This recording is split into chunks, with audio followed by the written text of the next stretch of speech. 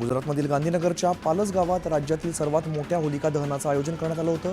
होळी दरम्यानच्या अग्नीच्या ज्वाला पाहून हवामान तज्ज्ञ वर्षभराचा हवामानाचा अंदाज बांधतात।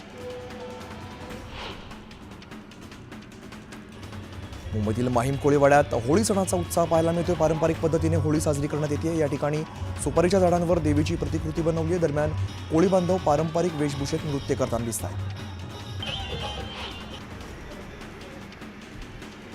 श्री मार्तंड जेजुरी गडावरती खंडोबा मंदिर गाभाऱ्यात होळी निमित्ताने आकर्षक फुलांची सजावट करण्यात आली। भक्तांनी खंडोबाच्या दर्शनासाठी मोठी गर्दी केली।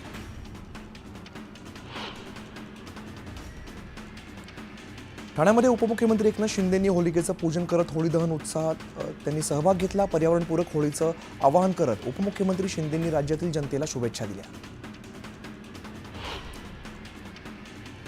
वाशिम शहरातील नागरिकांनी गुटखा सिगरेटसह तंबाखू या व्यसनांचं उच्चाटन व्हावं या उद्देशाने गुटखा तंबाखू सिगरेट यासह प्लास्टिक पिशव्यांचं दहन केलं आणि होळीचं अनेकांनी कौतुक केलं। मावळमधील प्रतिशिर्डी शिरगाव इकडे साईबाबांची मानाची होळी पेटवण्यात आली। होळीची पारंपरिक पद्धतीने पूजा करत साई भक्तांकडून होलिका दहन करण्यात आलं। होळी उत्सवानिमित्ताने वरळीतील बीडीडी चाळीत वीर नेताजी क्रीडा मंडळाच्या वतीने टोरेस घोटाळ्याविरोधात 50 फूट उंचीचा देखावा साकारण्यात आला।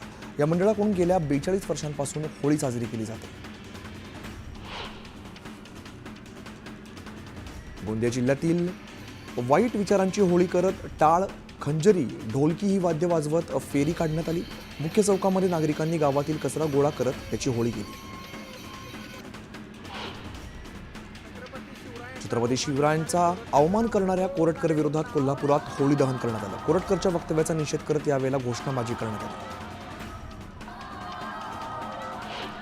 भाजप नेते किरीट सोमय्या यांनी मालेगावात होळी साजरी केली। बांगलादेशी रोहिंग्यांच्या प्रतिकात्मक पुतळ्याचं दहन करत दुष्ट प्रवृत्तीला देशाबाहेर हाकलण्याशिवाय शांत बसणार नाही असा इशाराही दिला। तणहोळी यावर्षीपासून पुणे शहरातून महाराष्ट्रातील अनेक गावांमध्ये उपशहरं, शासकीय निमशासकीय कार्यालय, वनक्षेत्र तसंच भारतातील इतर राज्यांमध्ये साजरी होणार। तणहोळी ही ठिणगी आहे, तिचा वणवा व्हावा असं आवाहन सुद्धा करण्यात आलं। आरोग्य, ऊर्जा आणि पाणीपुरवठा राज्यमंत्री मेघना बोर्डीकर यांनी बंजारा बांधवांसह पारंपरिक होळी साजरी केली। पारंपरिक वेशभूषा करत लेंगी नृत्य सुद्धा केलं। होळी आणि धुलीवंदनाच्या दिवशी शांतता भंग होऊ नये, कायदा सुव्यवस्था अबाधित राहावी यासाठी पोलिसांनी कडक पावलं उचलली। या पार्श्वभूमीवरती रेकॉर्डवरील 518 गुन्हेगारांना गावबंदीचे आदेश दिले। दापोलीत पर्यावरणपूरक होळी साजरी करण्यात आली आहे। जास्त लाकडाचा वापर न करता गवताच्या सहाय्याने होळी पेटवण्यात आली। जळगाव जिल्ह्यातील भुसावळच्या सुरभीनगर परिसरात अयोध्येतील महंत विष्णुदास त्यागी यांच्या हस्ते होलिका दहन करण्यात आलं। महंत विष्णुदास त्यागी यांनी होलिका पूजन करत नागरिकांना होळीच्या शुभेच्छा दिल्या। विरार पूर्वेतील साईप्रसाद मित्रमंडळाने महागाई, बेरोजगारी, गरिबी, ईव्हीएम हटाव देश बचाव असा संदेश देणारी होळी उभारली। सरकारी योजनांचा देखावा होळीच्या माध्यमातून साकारण्यात आला। नंदुरबारमधील बालाजीवाडा देवस्थानची होळी मोठ्या उत्साहात प्रज्वलित करण्यात आली। होळी प्रज्वलित झाल्यानंतर याच होळीवरून गावातील सगळे सार्वजनिक होळीची मंडळं टेंबे पेटवून आपापल्या होळ्या पेटवतात। नागपुरात यंदा 700 ठिकाणी होलिका दहन केलं जाते। पारंपरिक पद्धतीने पूजन करत होलिका दहन करून नागरिकांनी गुलाल लावत उत्साहामध्ये होळी साजरी केली। बुलढाण्याच्या पिंपळगाव सराई गावात सैलानी बाबा यात्रेला सुरुवात झाली। लाखो नारळांची होळी पेटवत यात्रेला सुरुवात झाली। नागपुरातील Nag Vidarbha chambers of commerce या व्यापारी संघटनेच्या वतीने होळी उत्सव साजरा करण्यात आला। एलबीटी कर विभाग बंद करावा अशी मागणी करत व्यापाऱ्यांनी होळी केली। चिपळूण तालुक्यातील गोवळकोट आणि पेठमाप इकडे मोठ्या उत्साहात करंजेश्वरी आणि सोमेश्वर देवांचा शेरणे उत्सव साजरा करण्यात आला। शिमगोत्सवादरम्यान पारंपरिक पद्धतीने सोहळा साजरा केला। देहूतील देऊळवाड्यासमोर संत तुकाराम महाराज संस्थानचे अध्यक्ष पुरुषोत्तम महाराज मोरे यांच्या हस्ते होळीचं दहन करण्यात आलं। मुख्य मंदिराच्या प्रवेशद्वारासमोर पांडुरंगाचं नामस्मरण करत होलिका पूजन करण्यात आलं। मुंदेच्या आमगावमध्ये पर्यावरणपूरक होळी साजरी करण्यात आली। शेणाच्या 5000 गोवऱ्यांपासून होळी करत वृक्ष संवर्धन करण्याचा संदेश दिला।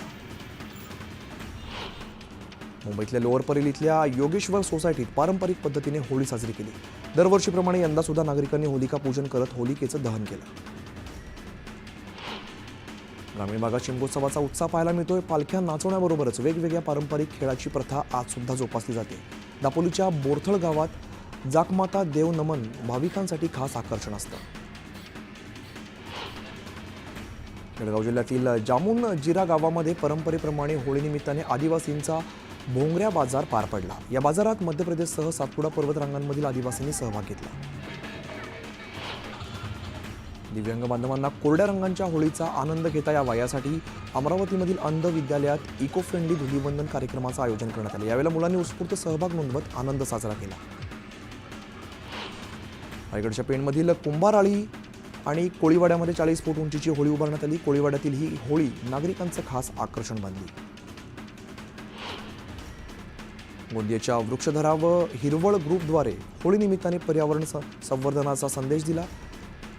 गोंदियाच्या आणि नागरा परिसरात वृक्षारोपण करत झाडं लावण्याचा संदेश सुद्धा दिला. कराडच्या एनपी फिशमध्ये 290 किलोचा ताड मासा आणण्यात आलाय. हा मासा पाहण्यासाठी नागरिकांनी गर्दी केली. माणगावमधील तरुणांनी आत्ताच्या पिढीला वृक्ष लागवडीचा वृक्ष संवर्धनाचा संदेश दिलाय. होळी सणानिमित्ताने कोकणात लहान मुलांना झाडं लावण्याची, रुजवण्याची, संगोपनाची आणि जोपासण्याची शिकवण देत तरुणांनी अनोखा उपक्रम राबवलाय. आणि एक महत्त्वाची बातमी समोर येते. जुन्या वादातून तरुणाची धारदार शस्त्राने हत्या करण्यात आलेली आहे. सिडको इथल्या शुभम पार्क परिसरात ही धक्कादायक घटना घडली आहे. अंबड पोलीस ठाण्यात या संदर्भात गुन्हा दाखल करण्याचं काम सुरू आहे. 30 वर्षांच्या सुमित देवरेचा रुग्णालयात उपचारादरम्यान मृत्यू झालाय. या क्षणाची आपण मोठी बातमी बघतोय. अंबड पोलीस ठाण्यात या संदर्भात गुन्हा दाखल करण्याचं काम सुरू आहे. 30 वर्षांच्या सुमित देवरेचा रुग्णालयात उपचारादरम्यान मृत्यू झालाय. सिडको इथल्या शुभम पार्क परिसरामध्ये ही धक्कादायक घटना घडलेली आहे. जुन्या वादातून तरुणाची धारदार शस्त्राने हत्या केली आहे. आता घेऊया उर्वरित बातम्यांचा वेगवान आढावा. पहिली IICT मुंबईत तयार होणार आहे. केंद्रीय मंत्री अश्विनी वैष्णव यांनी याबाबतची घोषणा केली आहे. केंद्राकडून IICTसाठी 391 कोटी रुपये मंजूर करण्यात आले. एम्स आणि IIT प्रमाणेच IICT असणार आहे. उर्फ सतीश भोसलेच्या घरावरती पोलिसांनी कारवाई केली आहे. वन विभागाच्या जागेतील अनधिकृत घर JCBद्वारे जमीनदोस्त करण्यात आले. वन विभागाने आधी नोटीस दिली होती, मात्र याची दखल न घेतल्याने ही कारवाई करण्यात आली. जालन्याच्या परतूरमध्ये दारूबंदी पथकावरती जमावाने दगडफेक केली आहे. दगडफेकीत 6 ते 7 पोलीस कर्मचारी जखमी झालेत. परतूरच्या गुळखंड तांडा इकडे मोठ्या प्रमाणात अवैध दारूसाठा असल्याची माहिती दारूबंदी पथकाला मिळाली होती. त्यानंतर झाडाझडती घेण्यासाठी गेलेल्या पथकावरती जमावाने दगडफेक केली. तुळजापूर ड्रग्ज प्रकरणाचे मुख्य आरोपी पिंटू मुळे आणि संतोष खोत यांना 14 दिवसांची न्यायालयीन कोठडी सुनावण्यात आली आहे. 14 दिवसांची पोलीस कोठडी संपल्यानंतर दोघांनाही आज पुन्हा न्यायालयात हजर करण्यात आलं होतं. संतोष देशमुख हत्या प्रकरणातील फरार आरोपी कृष्ण आंधळे नाशिकच्या गंगापूर रोड परिसरात फिरत असल्याचा दावा नागरिकांनी केला होता. दरम्यान CCTVत दिसत असलेला व्यक्ती कृष्ण आंधळे नसल्याचं पोलिसांनी स्पष्ट केलं. बीड पोलिसांचं पथक प्रयागराजमधून खोक्याला पुण्यामध्ये आणणार आहे. रात्रीच्या सुमारास सतीश भोसलेवर खोक्याला घेऊन पोलीस पुण्यामध्ये पोहोचतील. त्यानंतर त्याला बीडमध्ये नेलं जाईल.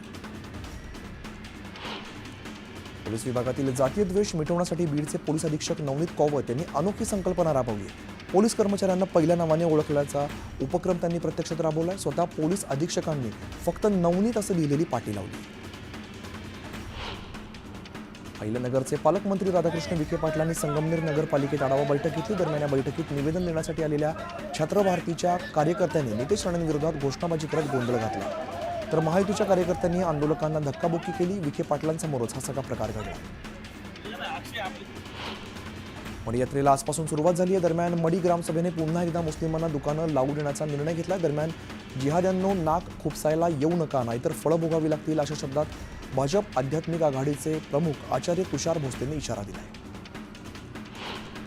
चंद्रपूरच्या भाजप आमदार किशोर जोरगेवारांनी चंद्रपुरातील कायदा आणि सुव्यवस्थे बिघडल्याचा आरोप विधानसभेत केलाय. दरम्यान पालकमंत्री अशोक उईकेंनी जोरगेवारांचा आरोप फेटाळलाय. दरम्यान या मुद्द्यावरून भाजपाच्या नेत्यांमध्येच मतभिन्नता असल्याचं समोर आलं.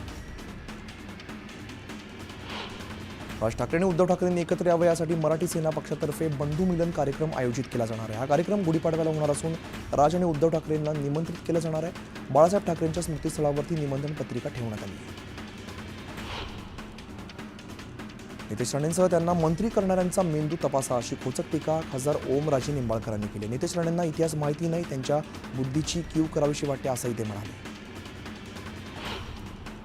नितेश राणेंना महाराष्ट्र पेटवायचा, त्यांनी कोणीतरी इतिहासाचे धडे शिकवायला हवेत अशी टीका जितेंद्र आव्हाडांनी केली आहे. महिन्याभरात संपूर्ण महाराष्ट्र पेटलेला दिसेल असंही आव्हाड म्हणाले. पुण्याच्या वानवडी परिसरात 4 ते 5 जणांची टोळी कोयते आणि शस्त्र घेऊन एक आलिशान सोसायटीत घुसली. दरम्यान कुत्र्यांच्या भुंकण्यामुळे चोरीचा प्रयत्न फसला आणि चोरट्यांनी तिथून पळ काढला. राष्ट्रवादी विद्यार्थी व युवक काँग्रेसचे नेते संग्राम पोतेंनी राज्यभरात 3.5 लाख किलोमीटरचा प्रवास केला. राज्यभरात 5 लाख युवकांना रस्त्यावरती उतरवत विविध प्रश्नांसाठी आवाज उठवला. त्यांनी विद्यार्थी आणि युवक काँग्रेसच्या राज्यभरात 1400 शाखांचं स्वतः अनावरण केलं. वर्ध्यामध्ये तापमान 41 अंशांवरती पोहोचलंय. मार्च महिन्यातच उन्हाची झळ बसायला लागली आहे. वाढत्या गरमीमुळे नागरिक हैराण झाले. भडकाऊ विधानांनी हिंदू मुस्लिम वाद निर्माण करणाऱ्या नितेश राणेंवरती कारवाई करावी अशी मागणी छत्र भारतीच्या तरुणांनी केली. राधाकृष्ण विखे पाटलांसमोर आंदोलन करत त्यांनी छत्र भारतीच्या तरुणांना मारहाण करणाऱ्यांवरती गुन्हा दाखल करण्याची मागणी केली आहे.